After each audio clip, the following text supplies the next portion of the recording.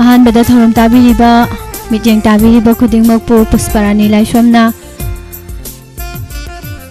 ꯇꯔꯥꯝꯅ ꯑꯣꯛꯆꯔꯤ ꯃꯌꯥꯝꯕꯨ ꯏꯀꯣꯛꯅꯅ ꯈꯨꯔꯨꯝꯖꯔꯤ ꯍꯧꯖꯤꯛ ꯑꯃꯨꯛ ꯄꯨꯡꯐꯝꯁꯤꯗ ꯂꯥꯟꯊꯣꯛꯆꯔꯤ ꯍꯜꯂꯣ ꯇꯥꯕꯤꯅꯤꯡꯕ ꯂꯥꯏꯚ ꯐꯣꯟ ꯄ꯭ꯔꯣꯒ꯭ꯔꯥꯝꯒꯤ ꯊꯧꯔꯝ ꯁꯔꯨꯛ ꯌꯥꯕꯤꯌꯨ ꯃꯌꯥꯝ ꯉꯁꯤꯒꯤ ꯀꯣꯜ ꯐꯪꯕꯤꯈꯤꯗꯕ ꯉꯔꯥꯡ ꯀꯣꯜ ꯐꯪꯕꯤꯈꯤꯗꯕ ꯀꯣꯂꯔꯁꯤꯡꯅ मथंग राउंड चलसी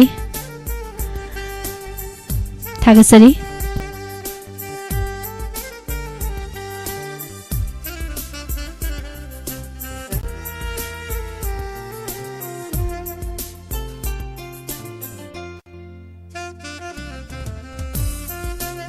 सरदमे नौरेम तराम नौसरी इचे परमेश्वरी वहेंगबम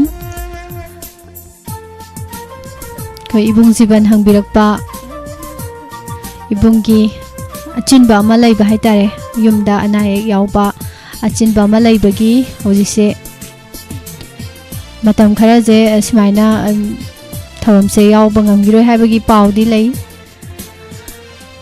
थागसरी चेरंजिता कैसाम शरीफ एसके नुंगफौ तराम नौचरी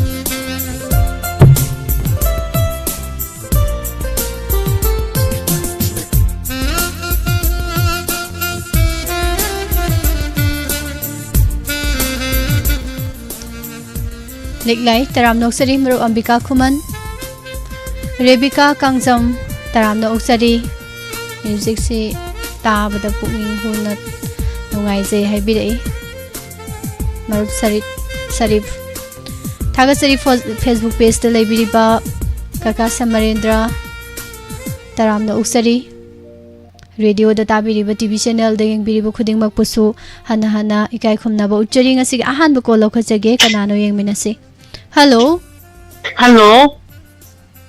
good evening miss taram no uksari call tawbirakliba ming leifam haibiyo sangono dagi ba monge ima kunje soriti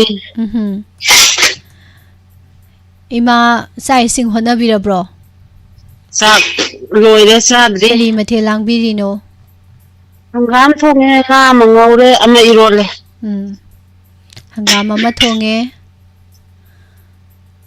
nga mangaure ama irole sebunga aluga irole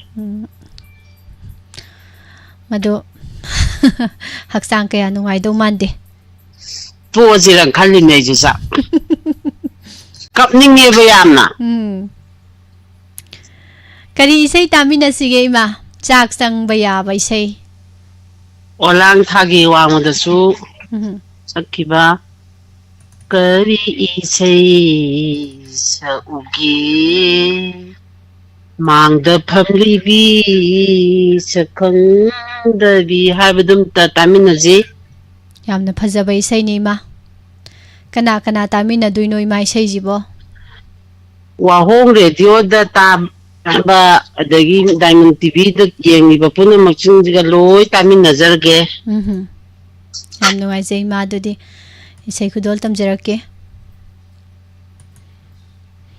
Imana khanbirakpa olang thagi wangmadasu filamdagi ahaibam Shyamgi khonjelda TS Korana sairengba amadi Joy Syamna sairangbai saini kudol tamjari taminasi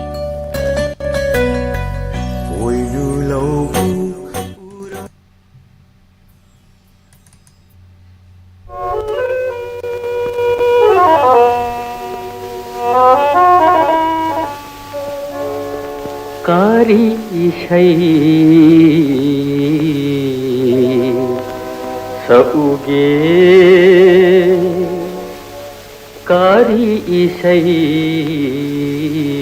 sauge Mangda phamlibi sakhang dabi Mangda phamlibi sakhang dabi Kari isai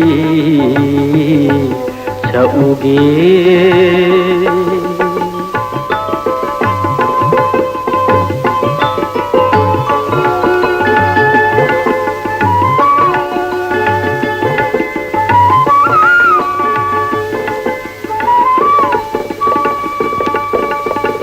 Ningjaba asha kaikhiba kuire Ningjaba asha kaikhiba kuire Pamjaba saisa sukaukhiba kuire Launambi kanagi misumba laiwana manghanbire kauhanbire Aigi isai sur Kari isai sauge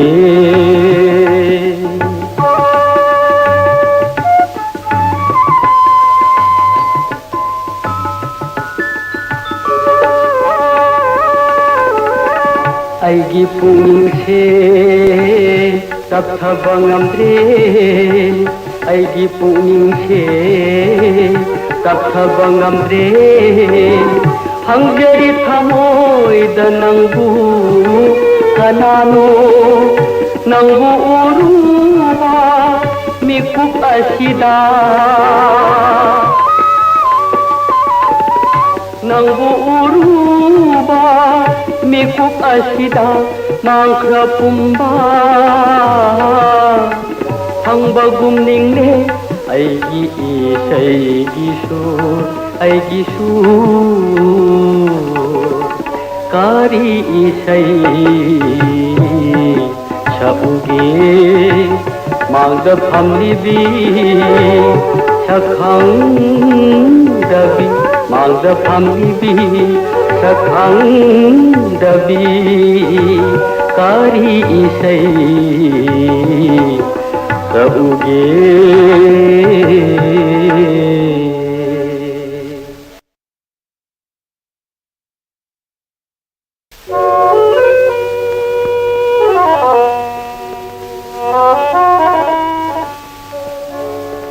Kari isai sauge Kari isai sauge Mangda phamlibi sakhang dabi Mangda phamlibi sakhang dabi Kari isai sauge Taram noksari maya pumnamak se mabem kaksing Nene Indu Oinam Brasesori Takhel Sangbam Thagasari Nene Waikhom Thoibi Ima Kunjesori Pabong Zainta Kumar good evening Ichan Irungbam good evening Thagasari Sir Maibam Gobin Thagasari Ichan Irungbam se Facebook page ta silabirame Melody Talk Song good evening Thagasari Mathangi call yengsi ma'am Hello Hello, Miss. Good evening. Good evening. Misai nung poi ngorok tingiran kita kesang. Taram no seri chema kari sei tabining balai bibano haibiyo. Mis isai takto wana kazara ganyan sidi. Kombi rai film lagi tong thang kamalana thakpa. Ho ho khoi nu lamdan ba khoi nu ki sai ai di ki sai ne nang sari di lai lang ta khelai na to ki sai ju ta ja ge sai me kaw Hoi phajana bungang thore sena. Hoi ni ta koi so singai film gi sai ne. Ando Asije sai jo. haibiyo. Mama sobita waheng amde didi ke taw lagi. Okay. La ta ta tanga ko tanga ta bro dikan ai ni sango di hai lam ne. Life ta tholak tri ado dedicate khata tawbira tokpira doibra tai hapira roidro. Hapin me you to play ba pabung zen ta kuma ju ahloina hapta lagi duga la ta ta koi YouTube live ta toin isai tamin ba program ya wina ba min khram jo hapta lagi. Haibiyo. Ite sobita na waibam ibu hendi like sam ibu me sikuman ibu thongam maning thojam ibu tamojau amojau gangam sabin maigam chang thadakam antan nene aruni akoi jam nene helen nene sumola malu ambika lakata yang diba mayam punamak aduga wahong video tabi diba Diamond TV kawayang na kami diba yung diba mayam punna kami majar game siyaw na. Hoi tamina si jedo. Sai sing di hosi si una bira bro. Misakare. Kari mathe noi sema. Siyam tamna sauji matang thong ga muro me la katar. Adudi isai amuk taminar si mayam punna. Thagasari na bu thamjarage. Thagasari che kombirei film dagi Songtham Kamalagi Khonjelda Konsaba Ibo Chongna Sarengba Maderi Bam Sham Saramana Thawai Happy Baseini Kudol Tamjari.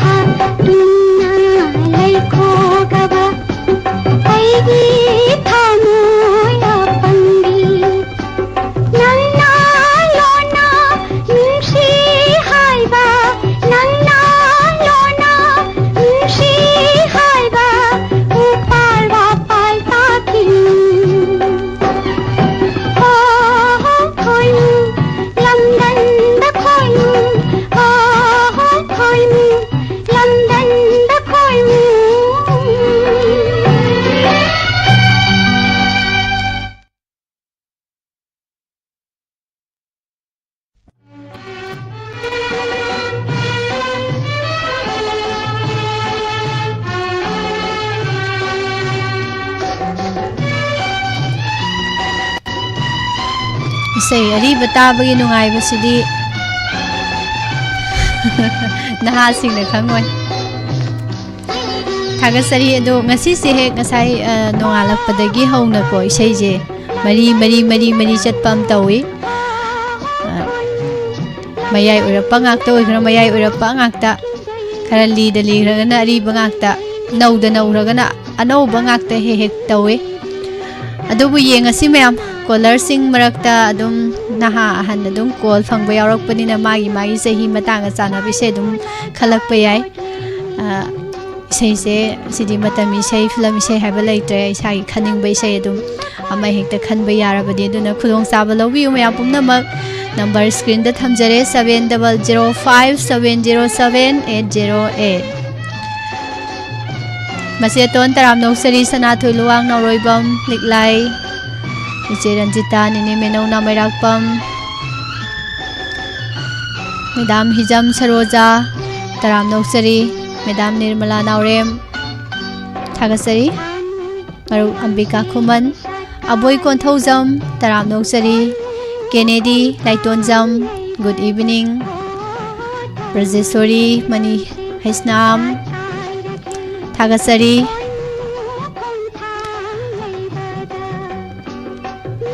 Kaka Laisham Ibohan Biamadi Indomsa Laimahal good evening Thagasari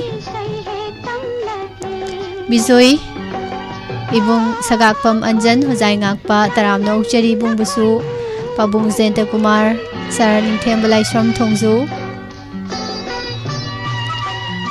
Kariwano da Saraning Themba Adum nungaraga laibanida Suras taram noksari Heman Sarangthem UK Madam Biroza Salam Thagasari Nevidita Ibong Nimay Maitay Thagasari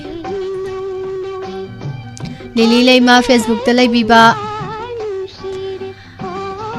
Ibong Bimon Ningombam San Soibam Thagasari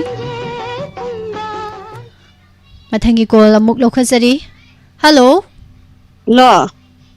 Good evening. Good evening, Miss. Taram na uksari ming laifam haibiyo. Miss, ay kuray lagi ni Vidita. Ma. Yam thajadi.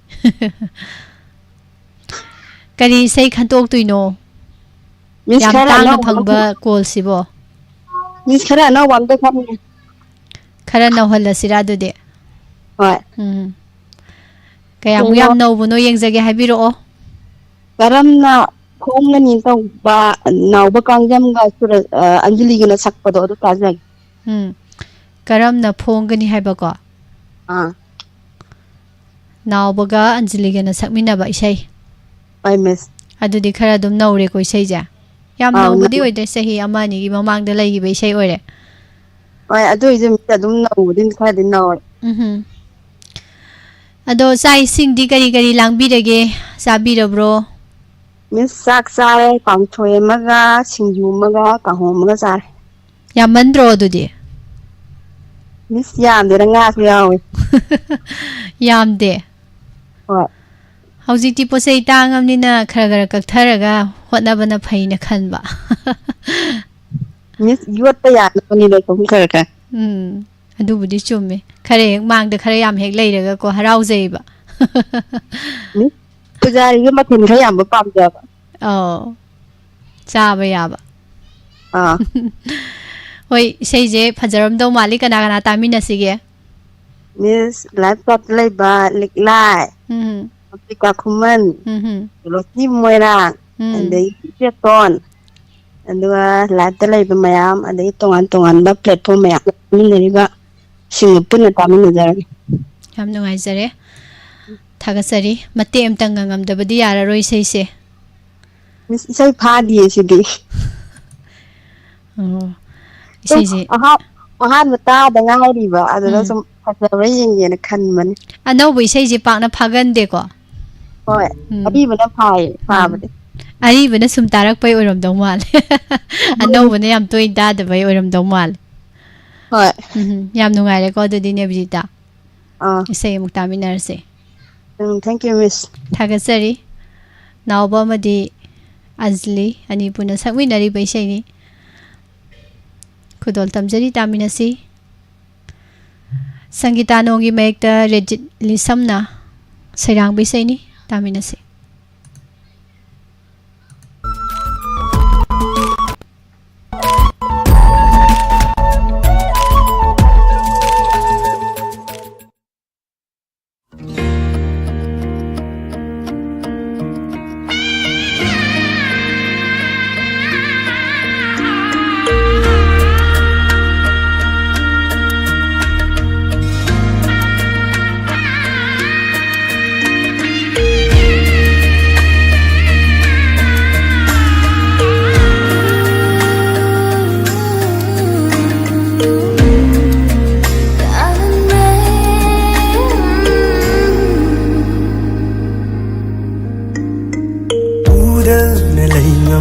Nusi bicheng lau tatta na ut bini tatta na sukai ho bini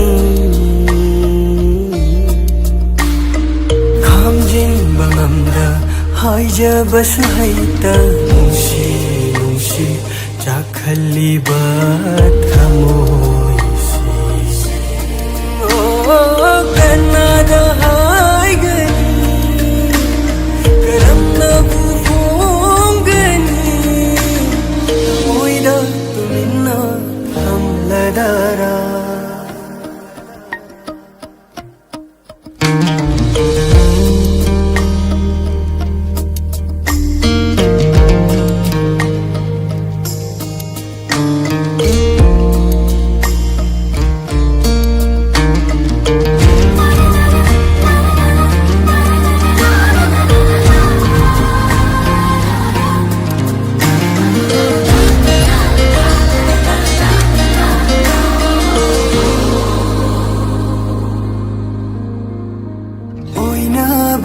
Tausu thamoy na khangjare Nungsiba minok sumit mangda ujare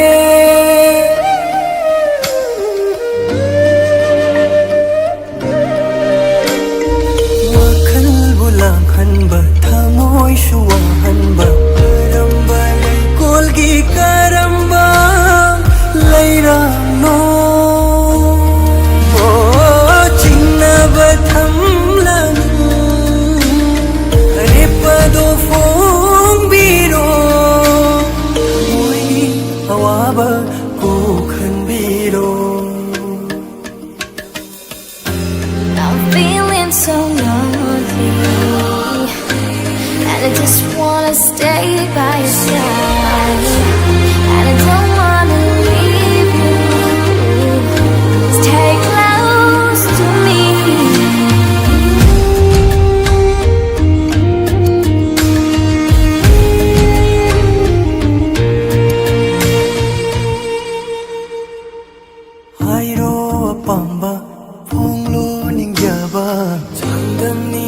Laita nung si basu ng tani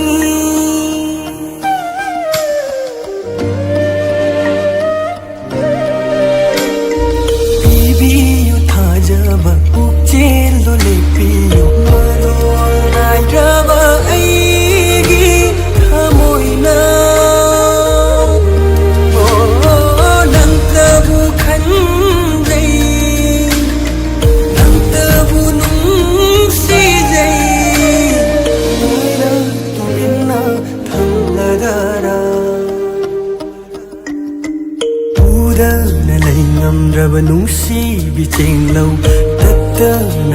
utpini tattana sukai hobini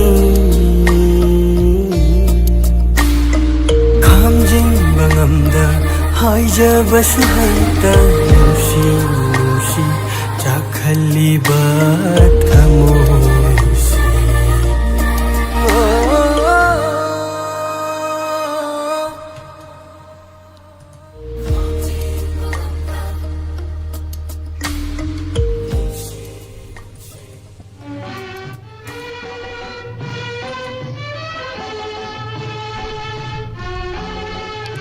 Anuradha Mangang Taramna Uksari Liklai Leo Ima Sanatom Binaurem Kaksingdagi Taramna Uksari Rosni Moirang Thagasari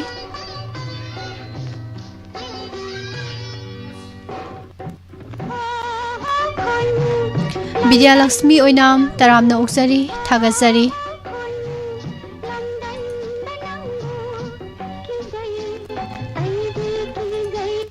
Mathangi caller amuk lokhasage. Hello. Hello. Good evening. Good evening, Miss. Ming Leifam haibiu. Pickup tagi Romini, Miss. Romi haibago. Aw. Taram Noksari Madam. Karam Baisei Tabining Balabi Bano. Miss akoina angang oringai da yengkiba safabi film dagi Rambam Jamunana sakpa Koyungumna saglotpa do amta tajage. Ngasi ariba na ju yamna khanbire mayamna. Hoi. Khonjel di yamna ha male do. Khoina angang oringai di yengkibaga haibasida.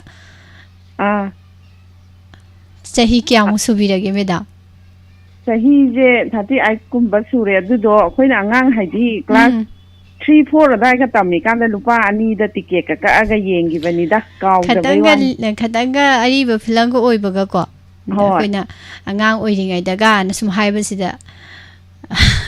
Sahi du mayam ga yamam dawga manbado duga khonjel de angang oibado da. Khonjen ga ju sana di isa ga jo. Isa di bubuk ka laur sauram do male. Ataba kari ine sabiti oi ga di nok siramani miss na haibiri do. Sana ba du da. Mi ga je yam wang zaur da nai ba. Yam chum na hai ugi ba ga lai ra bo miss. Udi khonjel da phari ni. Oh. Ngasai ayuk su call tawbune miss ka amta isai je amta khange na ngasai matam isai da. Hoi. Phangba kawba laite. Yam phajaba isai ma huji daw yabadu oire. Oire. Khanbire yam nungai mayam puna tamina se do kana kana lekai ki imai bel sing ichal iche sing happy do ming happy do laibi bra haibiyo. Lekai ki mai bien hapning ba mayam di maira pa bi thoi ngai ta tawbada di call phangdre do hauji ki oina di laisa ta tari ba laibiri ba mayam pumna maka tarage ta da bana tadre. Ataba gai tamin nazarage ba. Ataba gai tamin narage. Ya ye dusu. Sa ising di tawbiro bro Madam. Sa ising loire sa ge na tawriye sang lu mapan da phamni. Sak sang na bi sai se mate amta ngang thokpiro. Ngang badi ngasi na ko lahan bani na mathangi da ngangage. Oh. Waro bi gan. Aina khallina ahan ba phangba sida ngasi gi ahan ba phangi bu numi se kaudana ba isai do hekta ngang dharam ge rasini. Isai gi budi phai ba ko khoina anga oi ngai da function daga yam sakhi ba isai ne ba. Mate amta ngang biram da ba yara roi Madam. Phai hairam ni na. Pha de na lot ho bor di pha ba. Ada isagi bokin je yam phajada ba ko. Phajarakani sai me bub bub laur sauri bu. Adum lum lum laur thadora ka doini sai je. O ado ma miski aya kanoda ay mati am tang ang jarage didi. Hoi nam da nang ang handore. How biro? Koyum gumna saglut pa nung thang gumna sigma ba ha thang len loyum ya Adu yam phajana sa abadu bu kai dorage Madam. Matang call phangba su isai dung ngang biu isai ngang ba sam nungai bane thawai haksang wakhal loi nungai bane yang bane ba. Hoi miss kidamak tani ko mati amang angjari je. Thank you thagachari makha tarak paisai taminar si ko dudi meda. Thank you. Thagachari Saphabi film dagi arambam jamuna gi khonjel dai sai puna taminar si.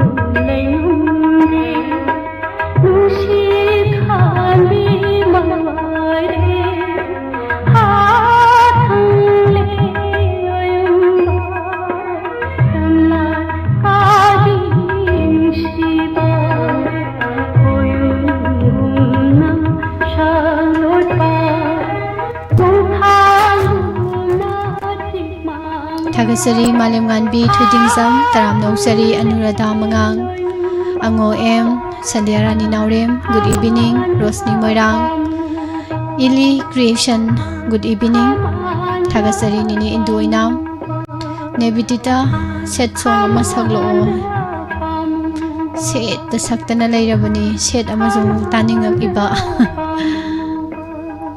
Liklai Tagajari Ije Mutum Promila Taram Nokjari Ima Sanatombi Mani Haisnam Ima Sobita Soibam Tagasari Leo Mayam Pumnamak Haningali Tana Tagasari Nongna Lengsin Bidok Ibasing Laima Tombi Konjengbam Good evening Tagasari Matangi Kol Yengzage Hello. Hello, good evening, miss. Good evening. Ming Leifam Haibiu. Ay salungom lagi may bang go bende miss. Taram noksari Sir Gobin. Karam baisay tamina sige. Miss kano ngamlo ay di kaina ba film lagi nauboy ka puspa ni ka sarpa. Thamoy keng na nung silbo na tawdo. Nung sa tage. Thamoy sing na nung siruba na leita pambu khang handari wakal. Sir makha khang bi brai sai ji. Nang tagi maram oyduna khang li bani nung simay sa hayo ni miss. Phajabane. Sai sing di hona biro bro Sir Gobin. Sabzare miss. Kari mathel tawbirage.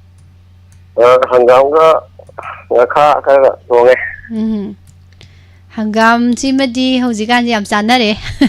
Haubani Oy na. matam moibuna ni. Hangam palakpasida nga ga thongba nga sai uksagi. Hauji khangning ningzinga iba. Yam nungai ado Sir Gobin kana tamina dui noi sai sibo. Tapi ning badi tako bomya ni na iti jan kara atrak kemis. Haibi. Hangam ongbi se somolata lagi lai samongbi se tembi bengi bagi se dembi karen di kokdangi se sundari. Lagi karanga ongbi sanupi sandela. Lagi langat yang ongbi sanupi ganggarani. Ye sanupi yumdale baratharani Anjali Menaka lagi loina bi Sonalini Janapa Pintoiba Vidyajit lagi wahong idol thawa yaw na taba ko indom sa mayrom babita ko sin mayam jiga pun somta bin azrage ne Sir Gobin ichan iche yambai hairodi chako waje bamona natradi chak thongbina ba pujari leram dau mande. Tawe adumana. Yam yam haba. Nungai bane yam ho chako bane ga na mayam punna sai sing jamina bado. Yam mandra su tarak tara mani khak tawrasu chako be hek mande haijari bako.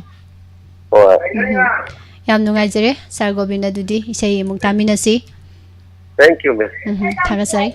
Ngamloi aidi kaina ba film dagi nawboy amadi posparani ani puna sakminari ba Borjendro waheng sagi mayekta Gopi na sairang bisay ni kudol tamjari.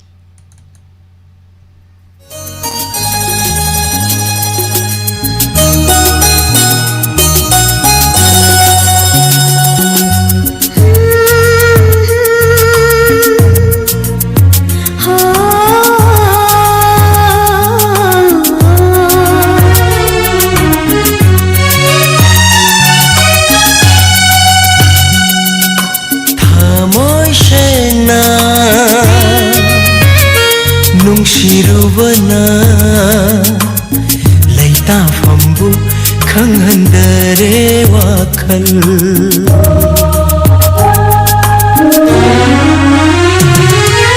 Thamoy shena Nungshirubana Laita fambu khanghandare wakal Nantagi maram oiduna khangli bani nushi mai chak Nantagi maram oiduna khangli bani nushi mai chak Thamoy shena Nungshirubana Laita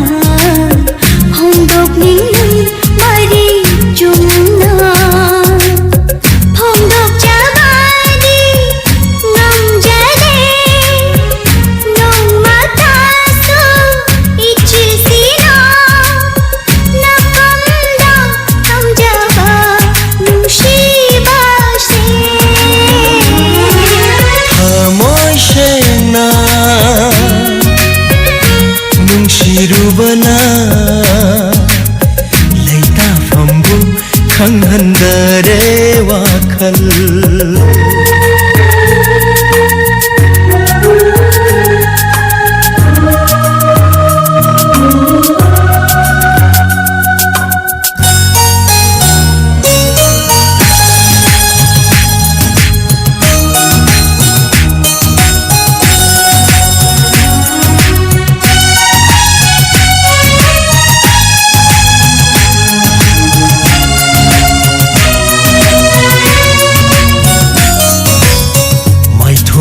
तारीबा मम्मीदुना नुंसीगी इनोट हाप्लरे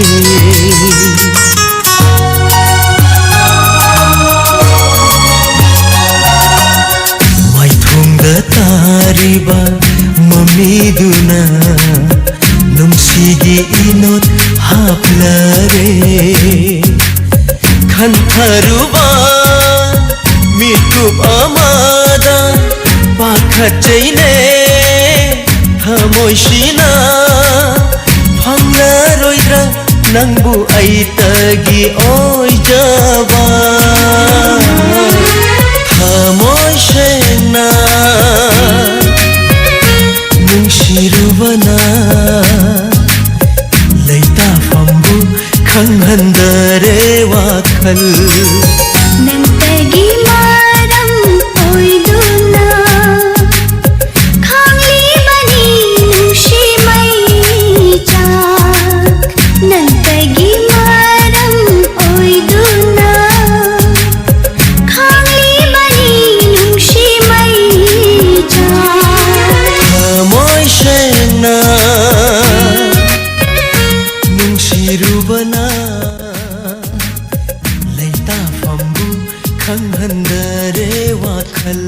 isai jidi jing jing lawi he thamoida thagasari sargobin sargobin na khanbiram baisai yam nungai na tamin nagi iche mutung promila thagasari che langle to na sem sar khorom robindro rebika kangjam moirang them sar heroji taram no usari mani hisnam nine indu oinam maru ambika madam malem laimo oinam thagasari taram no ukchari sar joy chandra lehau thabam taram no ukchari rosni moirang thagasari ima ibemo nongthombam Brajesori takhel changbam ima sobita soibam koigi madam idomcha mem don hikizam do shai ji ta badara kaino ni khangpai pai thora amse thagachari umarani mayang lambam good evening ima sana tombi joya daram nongchari liklai thagachari tapna sangsing birakliba mayam isai phajabana taram no chari mayambu nene sabitri laitonjam thagasari kamala devi sanasam thagachari himalata yengkhom ibung punsiba US sar dharmendra hau thagasari iche sobita nauroibam David Luang Mistandan thagasari Facebook ta khelemba nongthombam kuman punsibana yaifare mama sijana yaifare good evening joy konthaujam Amir Khan good evening Raju Singh Chakauba je Chakauba mafam yam yame satui je karom dono khangdri thagasari thank you dum chakauro bagumbane na dum khanjarage habirak pasida yam nungai jai iche Purnima Seram good evening sachi akoijam iche Minoti oinam Sir Robin Maitei Khumujam Nene Santi Lili Leima Facebook page ta leibiribo mayambusu thagasari mathangi call khachage. Hello. Hello, good morning, Miss. Good morning, Ajul, Miss. Kaisu kai de ngai hang nok min dara loi re. Good evening, good evening. Isai ita kaja ke, Miss. Kari say no doming leifam so haibiyo. Ai kaya biko taki lasham thamne, Miss. Taram no sari kaka. Kari say no tamina duisibo mayamga.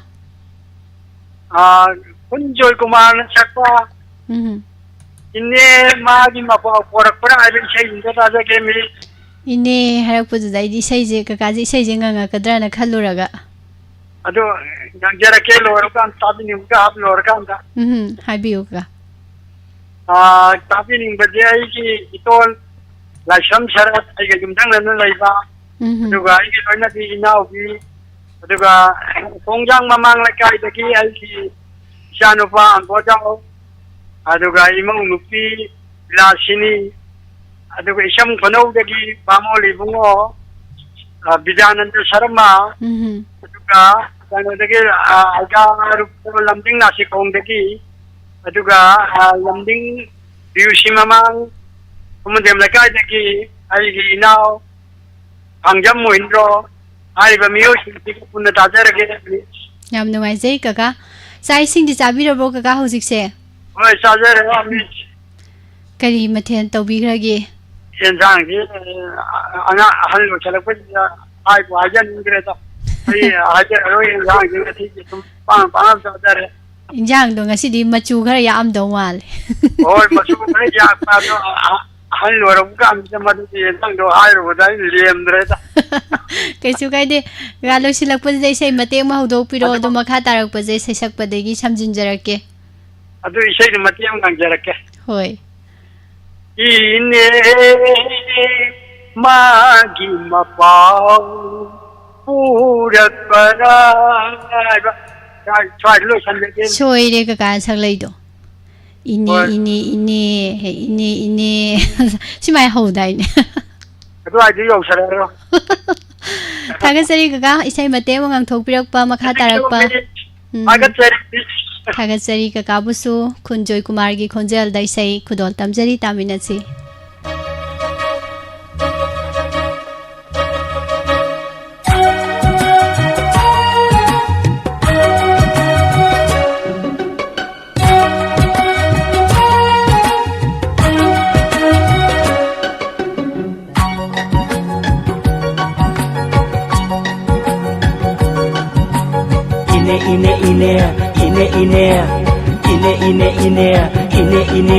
Ine magi mapau purak para magi mapau purak para taning bana lang taknare uda kuire mahakado taning bana lang taknare ine mamangai dadi nomat lete Amoy hukraga lakhidare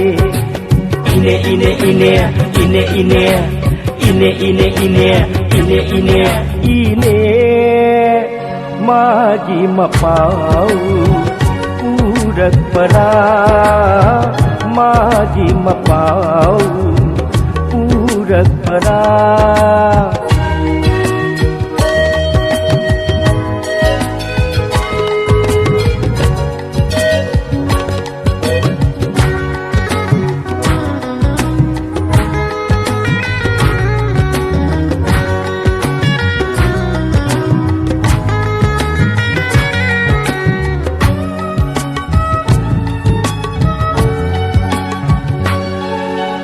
Magi thamoy khanglibani ine nangdi tuina unabadi nangtani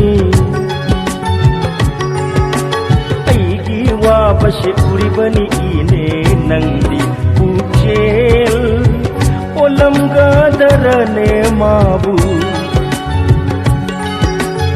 magi thamoi khalibani ine nangdi toina unabadi nangtani aigi wabasi uribani ine nangdi puchel olam gadarane mabu mamangai dadi nongmat lepte thamoi hukhraga lakhidare ine ine ine ine ine ine ine ine ine ine ine magi mapau purak para magi mapau purak para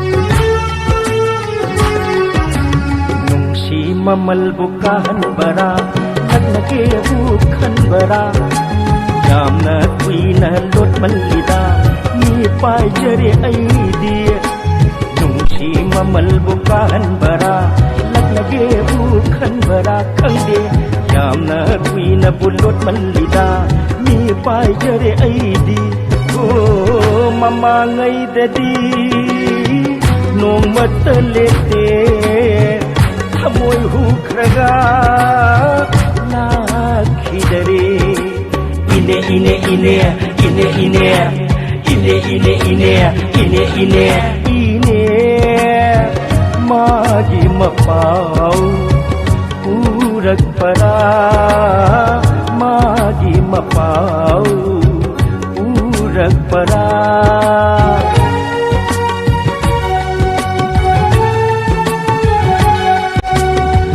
handadadi angakpani ine bema aingonda sirada boining jarui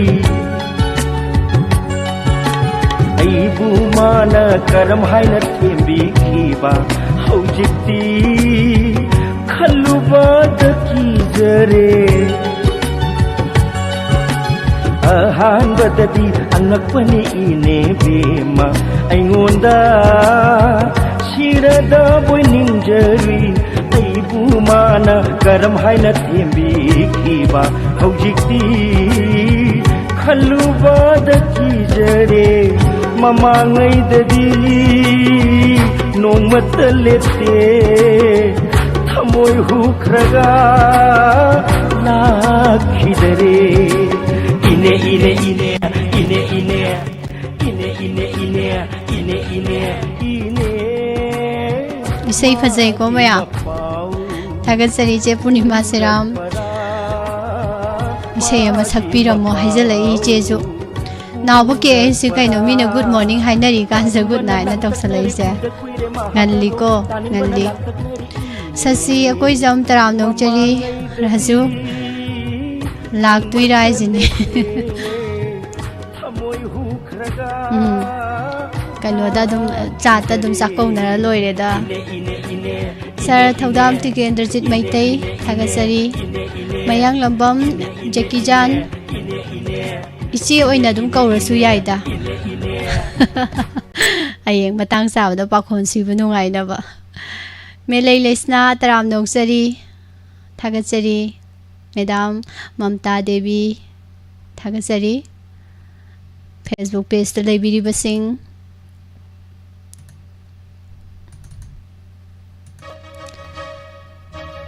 thagasari ibung ni mai maitai maru parai hanba maitai nebitita YouTube live ta musele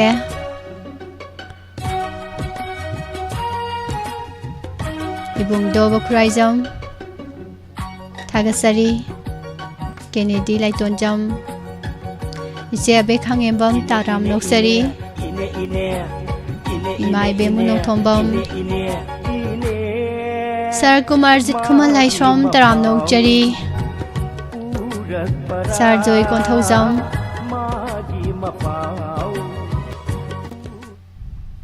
से सैतबती माइबम थागचरी मथंगी call लौखचगे hello hello good evening good evening miss तराम नौकजारी मिंग लेफम हाइबियो कई फोन तौजरगे फेसबुक मखा लेकाइदगी मिंग से इचन हाइबिब्रो मैडम करी सही तामिनसिगे सोमी कुमार सकपा इंगबई की दिला मरी मरी न तव तजै नुमिदांगी इंजला काजिदा मो अयिंग बिसै खंजलाइसि कमाय तोइनो मेदा अयुक्त खनब कॉल फंगद्रबो अयुक्त कॉल फंगमदौ मांद्रे साइ सिंदि चाबिरब्रो मेदा चारी करी मथेल तौबिरगे हेलो कहीं तो जो कहीं जांग जाबी रगे अस अदुननी ने हंगबदो खुमक्त्रिसे अहान बहंगबदा अहान बहं संतौना हांगी अंदंगना पाखत पैथां पाखत पीगनुको सुम युमदा लेमिनबा इचन इचे इनाव सुम वारी सानाबोइना खंतोकसेबा कना कना तामिना दुइनो मेदाम इसेसिदी कोई इना मखरा हापक इना मासा मदेवला इना मिचन तुमजी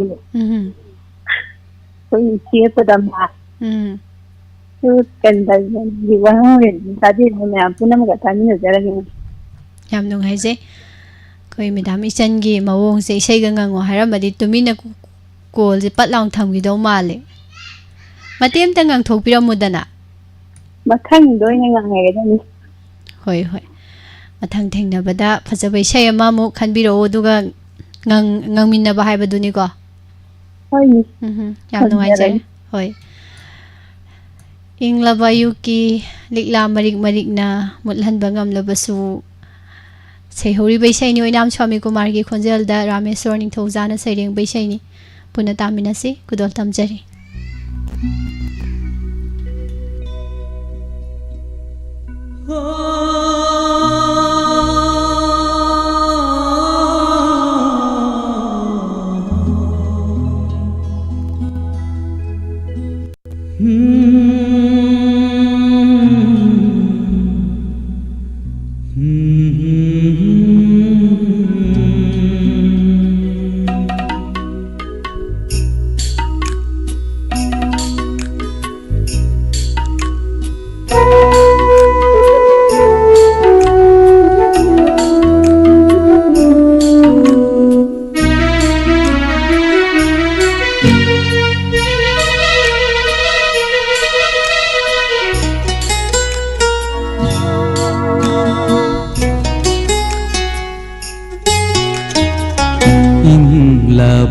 ayuki likla marikna ingla pa ayuki likla marikna thamoi bo inghan ba ngamla badi khanjage ne nungsiba sama sama kaina bagi awaba mai sakto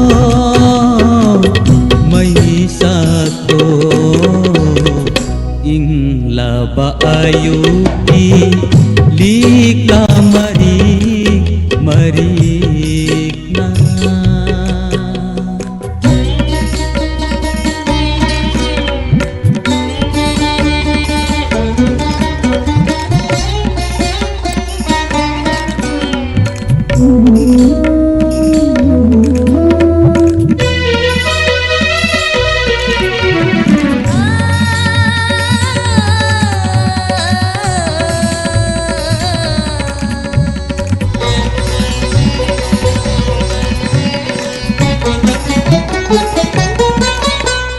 Mahausani nonggolgi apai balai silna ngangana binong jabi ki satam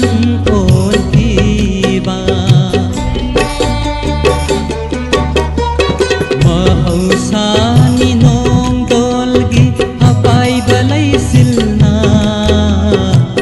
ngangana binong jabi gi satam on kiba hauna sani laigi zatna lai man sankiba hauna sani laigi zatna lai man sankiba adubu thamoigi asengba nungsibani mai piba mai piba ngamloi tai bang kanana ingla ba ayupi likla mari mari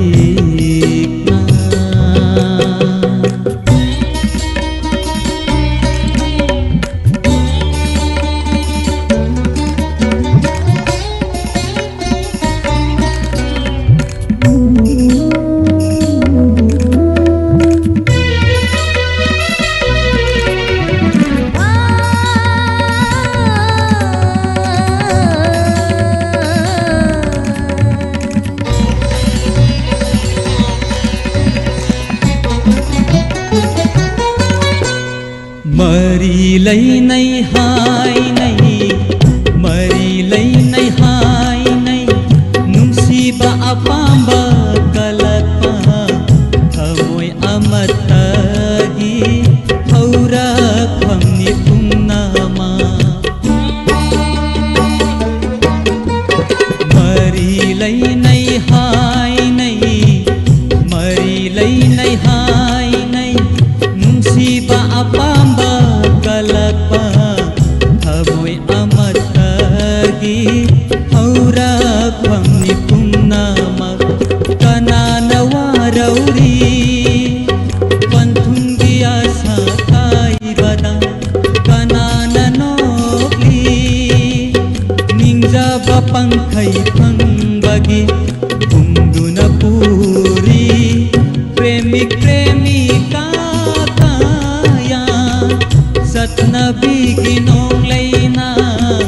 satnabi ginong layna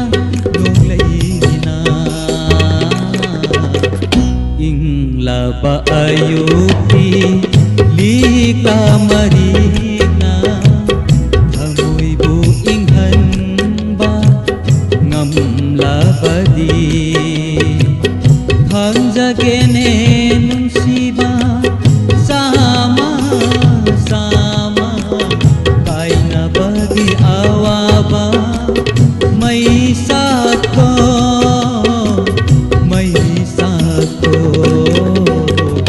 ingla ba ayupi lika marikna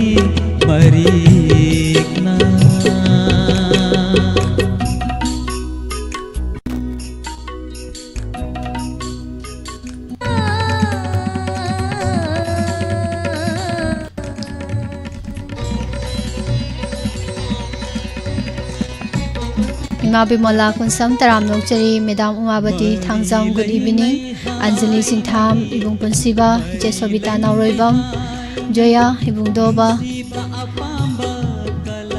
Ibung Kumarjit Kumalaisom Bikas Usam Taram Nokchari Madam Malem Naimo Inam Umarani Mayang Lambam Rosni Murang Thagatsari Mayabum Namak Good evening Je Thongam Ranjita Thagatsari Dongna Lemsin Bidak Liba Mayam Jolie Sa Iche Mutum Langlembi Liklai Thagatsari Ma Sanatombi Ibung Pusiba US Nebitita Gi Chet Song Kaudri Kauthoroige Ibung Anjan Hozai Ngak Pataram Nokchari Madam Biroja Thagatsari Say Thubi Naurem, good evening. Thagatsari.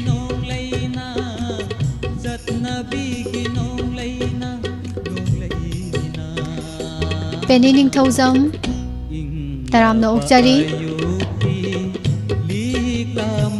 Madam Longjam Chaninkhombi Heman Srangthem Facebook page to lebiba thagasari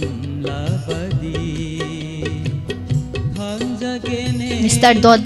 Good evening Naubalangam Taramna Ukchari Thank you Ibungo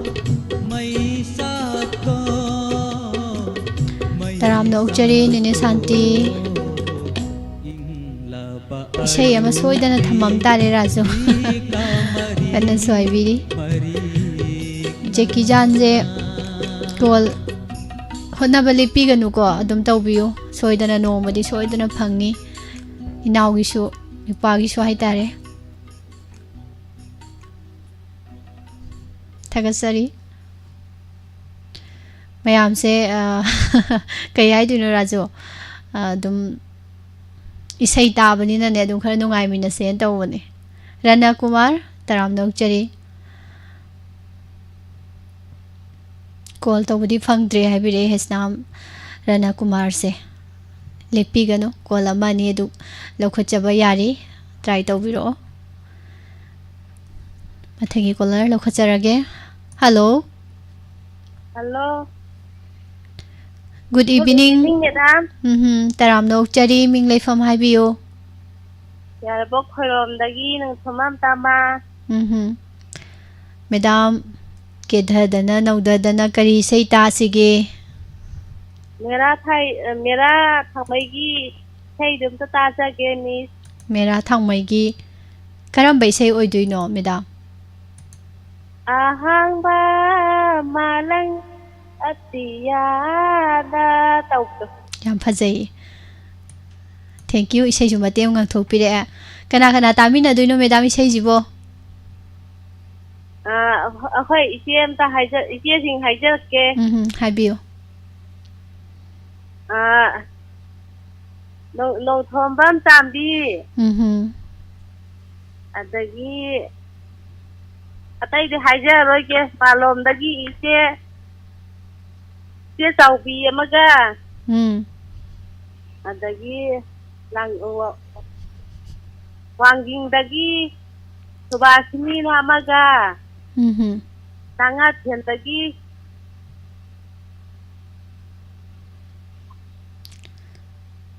Ado madam atai di haijara roige haido haijaroi do wasing duna ngangbiro oidro Ate akhoi sa yo ina mi atai lam dagi haijara ito Okay langat yan dagi ano amaga Sidasini na amaga akhoi miyam tajarage Kedan siyaw na taminara Hoi Injang yam hawgiba mali ngasi je irum lum dai da madam se Ha Irum lum na ui ba injang yam hawgiba male ba Haw se hangam thong se Hawre do Hangam thong je thajadana chak yam changbani ko madam Ai khange ba duna irum lum dai ba madam se Adu di sei taminarsi ko Thagazari Kudol tamjage mera thamai film dagi master malem ganba madi baby Ansla ni puna sakminariba biskup talai somgi mayekta gopi na thawai hapiri bai saini Kudol tamjari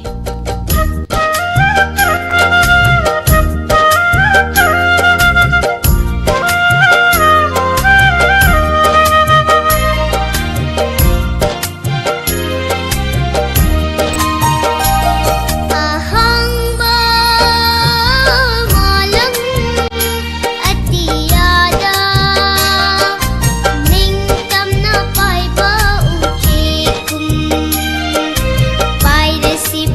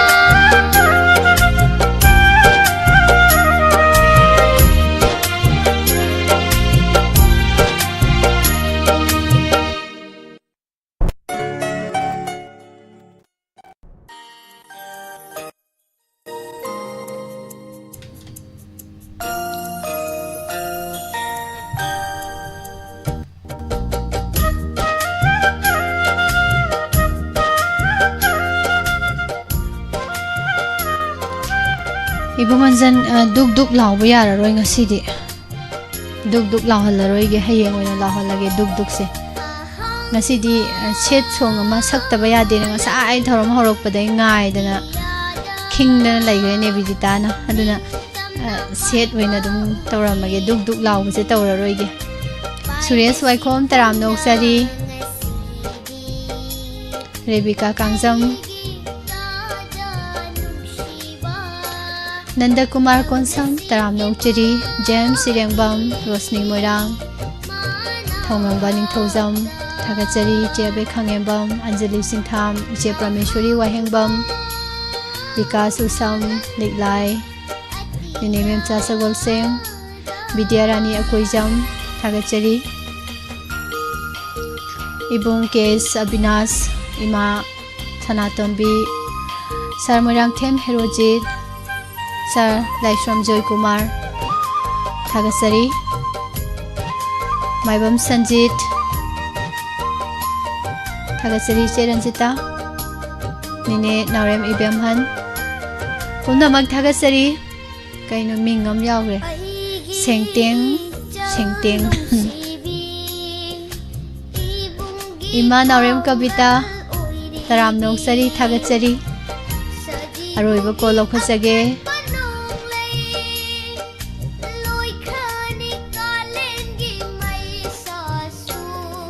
Iche Thubi Naurem, Kennedy Laiton Jam Thagasari. Isai jam nungsiba isai ngakta khalai ngasise. Ngasai ayuktagi sum tarakpada. Awa nungai taibangi loi kawri isai ngakta ngaire koksida. Iche Sobita Nauroibam Hindi isai do ngaiko. Sahi kharagi matungda khanarasi. Aroiba kolar kanano yengzage. Hello. Hello, Cha. Phone tàu giờ đây lần mai thế cái nào mà phone mi phone cha này cha. Taram Noksari bung. Sai sing sabi roboi bung. Cha rồi. Kari matheno. Càng tắc tới hiện đêm mà có hấp dẫn là cái thuồng mà đó. Hangam drasu phadaun. Ibung na aroiba kolar soire ibung karam baisai. Tamina sige losilak pase. Thong gam là chú nhật sắc pa. Làm qua mình nào cho nó phải đến ba cái nào cái thông tin để liệp phụ nữ đâu có ta ra cái sao? Ibung nga sige ayuk tegi sandora ibo program se dum tabi rakpra. Ta ye ai budi. Si sei je nga sige live phone program ko dinge dum yaw ba hai tare. Ko ge ichi ma lai ye. Uyan dagi lang mai chata mayum palak wa beni na. Aduna ibon cha nang di phone phangali. Thong gam la mi gi chai dong ta khandi oi di ta ba gi awok panai ge. Ai du da aina ngasi ji tai taw de khang tok khre. Aham da je beni da gi di magi husband bijoy. Takelamam lairing masa chiram tababi namai ra pameneka singai tajara ge mi. Yam nungai jaibu isai je khalak pa kan da su kanagi thongjil da sang luni du ta jagi hekta hairak pane ado ningol oi bising je hauji sakau maya yok salak pasida thamoi se loina mak kaino tawro bazani da ko isai je yam sana bang su oire ba akoi la de manung da palem pan thau lai ta ba kaya di ki sai da ta thamoi ji chet kai bazani da aseng bane bu anu yam khanbire handaki thaji gi manung da sigi isai je ngakta ngai leire me hana khanbirak paje yam nungai phajaba isai ama koi je Thongram Lakshmi na koi myang bi ningol obi singi da makta thambiram bane na khalase ado ibung na iche ichan jingi mahut silaga mate amta ngang thokpiram modana man ga tra khangdi mandra su mahut ne duni kanagi thongjinda bu lepugani ningol oibi hai ke dai chan ma ai punsina smai he ta san ba loire dai bu yam nungai jare bung adudi sei taminarsi thagasari langbam inau sagi mayekta Thongram Lakshmi gi khonjel dai sei khudol tamjari ningol hoibi punshi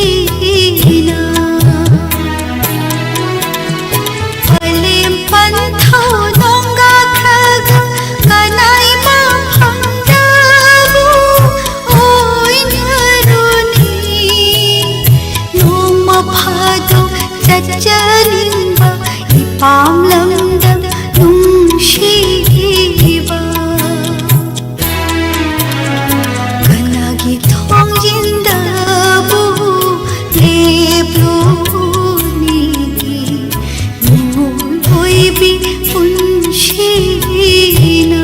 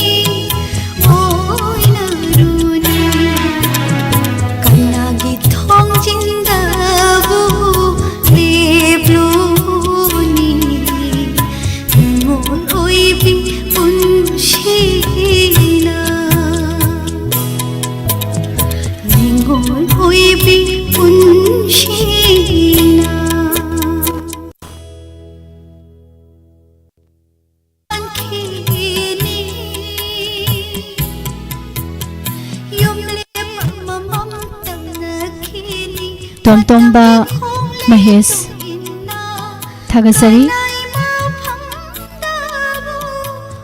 Isai Mabem Kaksing Liklai Ibung Jiten Ningthaujam Sandeyarani Naurem Daishom Premjit Singh Thagasari Ibung Robert Usam Rosni Morang Ichan B Chagolsem Madam Saningkhombi Nebidita Ningombam Premila Iche Sobita Naroibam Liklai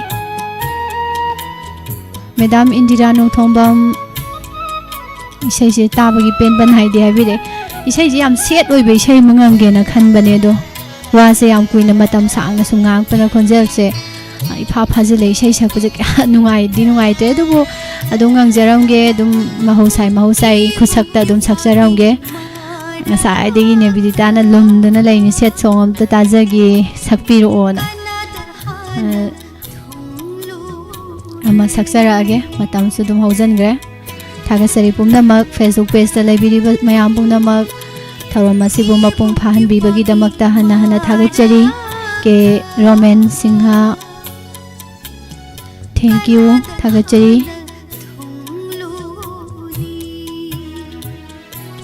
Konthoujam Marjit थागचरी के सना थमोइगा लोइ किंथा दोरेदा तौरिसे मीन्स साखौबे मफम यामे राजू करोम चतुइनो खंद्रेबा जुली ngalibanina akoi di anak panina ko adum ino tawni hai tare isai hojaraage maya loisilak paje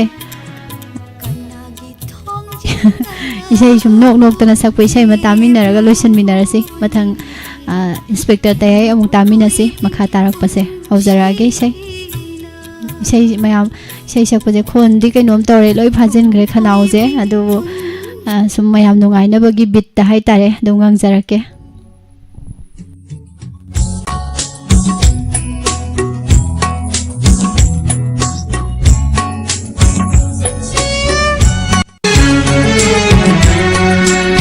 तारकनु यादवा हे पीरा लम्हे मल्ली को नाहक्सी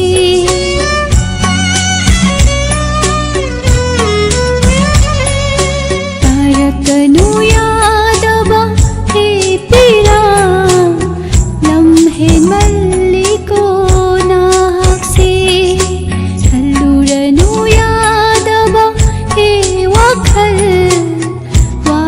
nangsu hak mali nungsiru bagi wajaba pamjaru bagi kapjaba khankri manadi ai hakpu oijaba thiba nungsiba nangi na siksiga nangi wakangene खाना ले मैं साल साल music रा म्यूजिक तो मुझे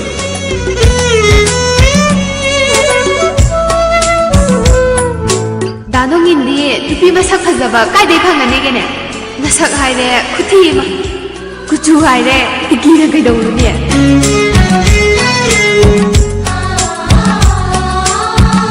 इतना एक ही बमाई जबा सबदम खुदां दहाकिबा मागी मामिंगना ओइरी नसीदी नाबा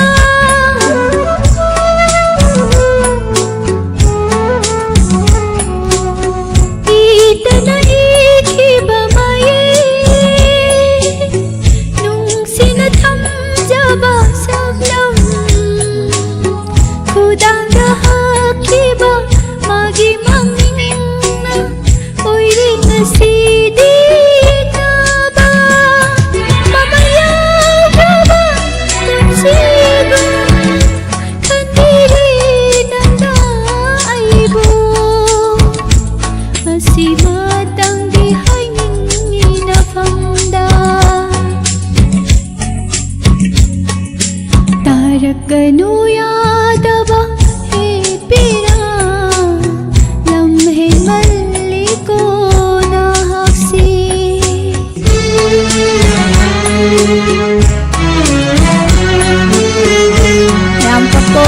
kapo ningsing dana kapna ro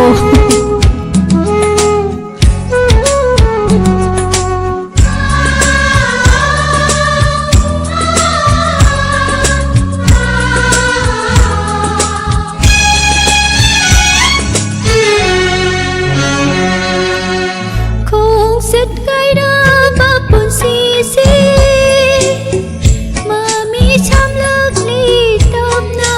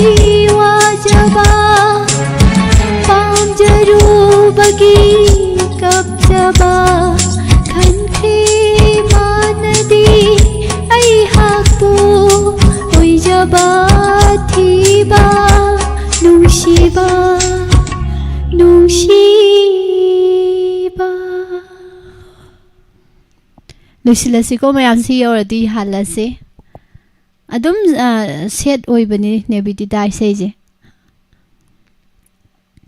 sana thoiluang noroibam thagasari loisilakpada hojaba mayam mingloi pajararoi inspector tayai na ngaidana leire mayambo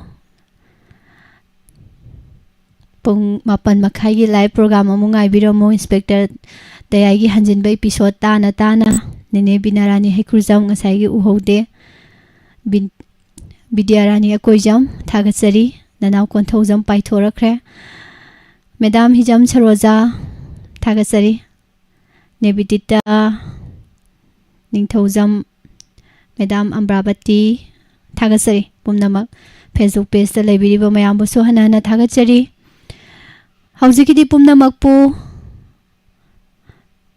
thagachabaga loinana hello tabining balai phoning program gi thoram loisin bagi ayabado mayam dagi laujari amuka hana pusparani lai somna khurumjari